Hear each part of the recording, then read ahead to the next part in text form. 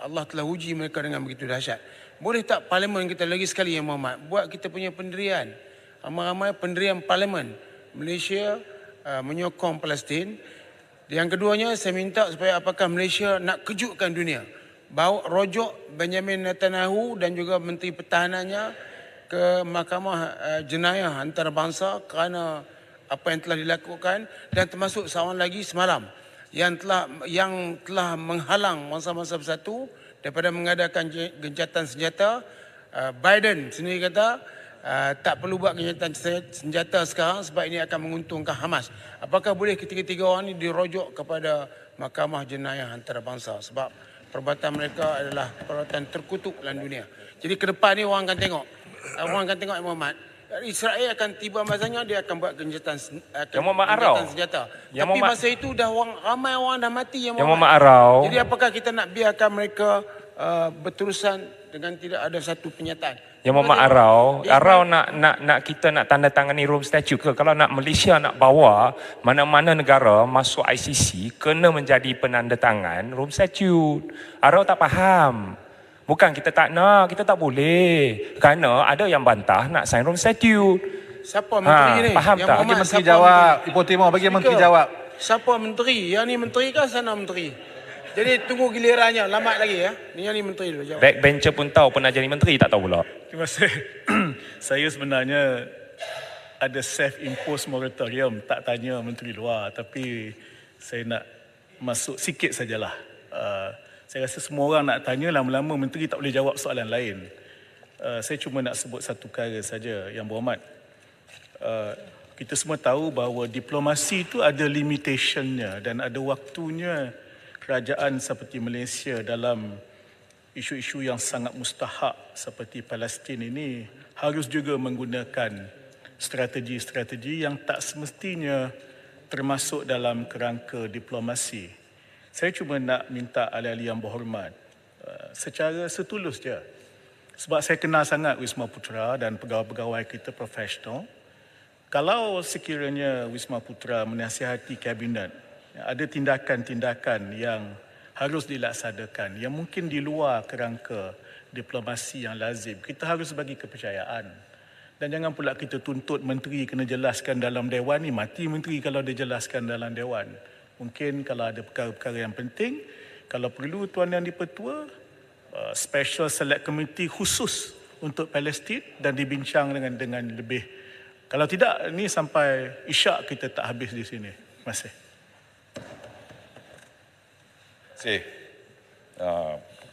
Mantan Menteri Luar yang turut memberikan pandangan beliau. Beliau tahu apa yang perlu dijelaskan kepada umum, ada yang tidak perlu. Kita sebab untuk menjaga beberapa langkah-langkah kerahsiaan dan sebagainya.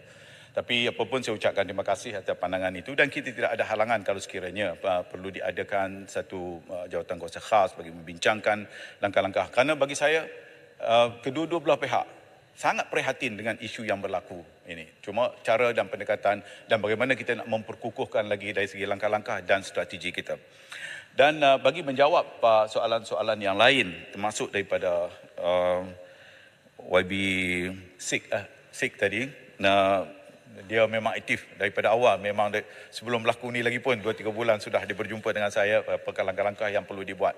Ya, saya memberi ruang itu kepada YB untuk kita lakukan secara bersama dan termasuk dalam konteks yang disebutkan sama ada saya telah pun melaksanakan tugas saya. Saya telah pun melaksanakan tugas saya berhubung termasuk dengan Menteri Luar Turki dan pagi tadi dengan Menteri Luar Saudi berbincang dengan langkah-langkah yang perlu kita ambil. Apakah pendekatan yang terbaik dalam konteks mengadakan mesyuarat khas OIC melibatkan ketua-ketua negara, special summit yang akan diadakan. Bukan itu saja, malah kita turut mencadangkan, Yang Amat Berhormat turut mencadangkan supaya kali ini bukan hanya melibatkan OIC tapi turut juga melibatkan daripada negara-negara yang the like-minded countries, iaitu seperti China, Russia, South Africa, Brazil dan lain-lain lagi supaya tekanan itu bukan hanya diberikan daripada OIC semata-mata tetapi negara-negara lain yang turut bersimpati dan mahukan hal ini diselesaikan dengan kadar yang segera. Manakala dalam konteks kutipan yang disebutkan, yang ditanya oleh Yang Berhormat tadi, kita telah pun membuat kutipan, dan kutipan itu akan mulai kita hantar pada besok hari, yang pertama untuk pelepasan yang pertama besok. Dan Alhamdulillah kita telah mendapat kelulusan daripada pihak berkuasa Mesir hanya dalam tempoh 36 jam, berbanding dengan negara lain kadang-kadang kena ambil 5 ke 6 hari, dan mereka memberi kesemuan kepada Malaysia untuk penghantaran yang pertama sebanyak 20 tan yang terdiri daripada barangan perubatan dan juga barangan makanan, khususnya untuk bayi dan kanak-kanak. Dan kita harapkan kita dapat hantar ke airport Al-Arash di Mesir nanti. Dan itu bagi menjawab soalan pertama. Dan lepas itu kita akan buat untuk penghantaran susulan lagi. Manakala bagi soalan-soalan yang lain yang ditanya oleh Yang Berhormat ni, saya harap kalau saya tak jawab nanti, saya boleh jawab secara bertulis nantilah. Ya, panjang sangat. Menteri, satu sikit saja. Kalau kerau sikit. Maaf, 30 saat. Saya mungkin agak keluar sikit daripada perbincangan. Cuma ada tak kementerian untuk buat satu kajian tentang sejauh mana peperangan ini akan berlangsung. Tujuan kajian itu kemungkinan daripada hasil kajian itu kita telah bersiap bersedia untuk berdepan segala kemungkinan, termasuk rakyat kita di luar yang terlibat, yang kemungkinan akan secara langsung terlibat dalam peperangan yang kita tidak tahu bila akan berakhir. Terima kasih. Kita memang membuat jangkaan-jangkaan ini sebab kita tahu bahawa peperangan ini khususnya apabila berlakunya ground invasion atau incursion, bermakna perang itu kita jangkakan dia akan berpanjangan. Dan lantaran itulah kita telah membuat beberapa unjuran kalau sekiranya berlaku begini, dan kita perlu mengambil langkah-langkah masa kini, termasuklah langkah-langkah jangka panjang, termasuk juga kita membuat perancangan untuk selepas perang, the post war. Apa yang perlu kita lakukan? Takkan kita nak biar saja orang kata selepas habis perang tu masing-masing cuci tangan dah selesai. Tak. Malaysia perlu berperanan secara aktif untuk memastikan supaya proses pemulihan semula juga dapat dilakukan dan bantu sama. Bagi menjawab soalan daripada Arau khususnya dan juga rakan-rakan yang lain, daripada saya lihat sini ada daripada Muar, daripada Sempurna Maran, macam Marang, Kapal, Arau dan Kuala Kedah, dan Yang Berhormat Greek berkaitan dengan untuk mengheret Zionis Israel ini dan sekutu-sekutunya, masuk nama-nama yang disebutkan tadi, ke ICC. Dia ada dua Yang Berhormat tentu tahu orang lama dalam kabinet. Tentunya Yang Berhormat boleh membezakan di antara ICC dan ICJ. ICJ, of course, kita tahu bahawa siapa saja yang menjadi anggota PBB dengan sendirinya dia berada di dalam ICJ. Manakala dalam ICC dia bergantung sama ada kita ratify menjadi yang tersenarai dalam Rome Statute ataupun tidak. Malaysia tidak berada dalam Rome Statute. Jadi namun saya tegaskan di sini ianya boleh dirujuk kepada pendakwa raya ICC oleh tiga pihak, iaitu sama ada oleh negara-negara itu sendiri yang menjadi anggotanya, di mana Malaysia bukan ahlinya, manakala Majlis Keselamatan Bangsa-Bangsa Bersatu juga boleh membawa isu ini, atau dengan inisiatif pendakwa raya ICC sendiri. Palestin telah menyertai Statute Rome pada tahun 2 Januari 2015 yang berkuat kuasa bagi Palestin pada 1 April kemudiannya.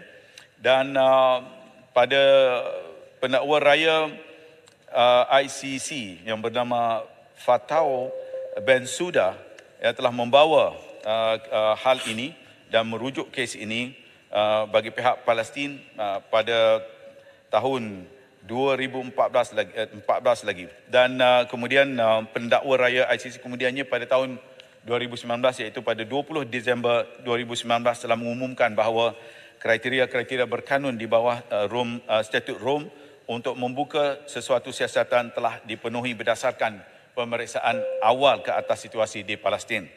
Dan ini membawa kepada perbicaraan dalam kamar satu pada 5 Februari 2021 yang telah memutuskan bahawa ICC mempunyai bidang kuasa jenayah ke atas situasi di Palestin termasuk di tebing Gaza, tebing Barat dan Baitul Maqdis. Dan hasilnya pada 3 Mac 2021 pendakwa raya ICC telah mengumumkan untuk membuka siasatan ke atas dakwaan jenayah dalam situasi di Palestin yang berlaku sejak tahun 2014. Dan yang terkini pada 17 Oktober 2023 pejabat pendakwa raya ICC Karim Khan mengesahkan bahawa ICC mempunyai siasatan yang masih berjalan berkenaan situasi di Palestin. Justru sekali lagi saya ingin tegaskan bahawa situasi Palestin sudah pun dalam proses siasatan ICC. Untuk makluman yang berhormat sekalian, situasi Palestin di ICC ini pernah disusuli oleh Pertubuhan Kerjasama Islam OIC semasa mesyuarat Majlis Menteri-Menteri Luar OIC ke-49 pada Mac yang lalu, dan negara anggota OIC telah sepakat menerima pakai resolusi nombor 1 Palang 49 bertajuk On the Cause of Palestine yang antara lain mengalu-alukan tindakan perundangan termasuk keputusan oleh pendakwa raya ICC untuk membuka siasatan ke atas jenayah perang yang berlaku di wilayah Palestin.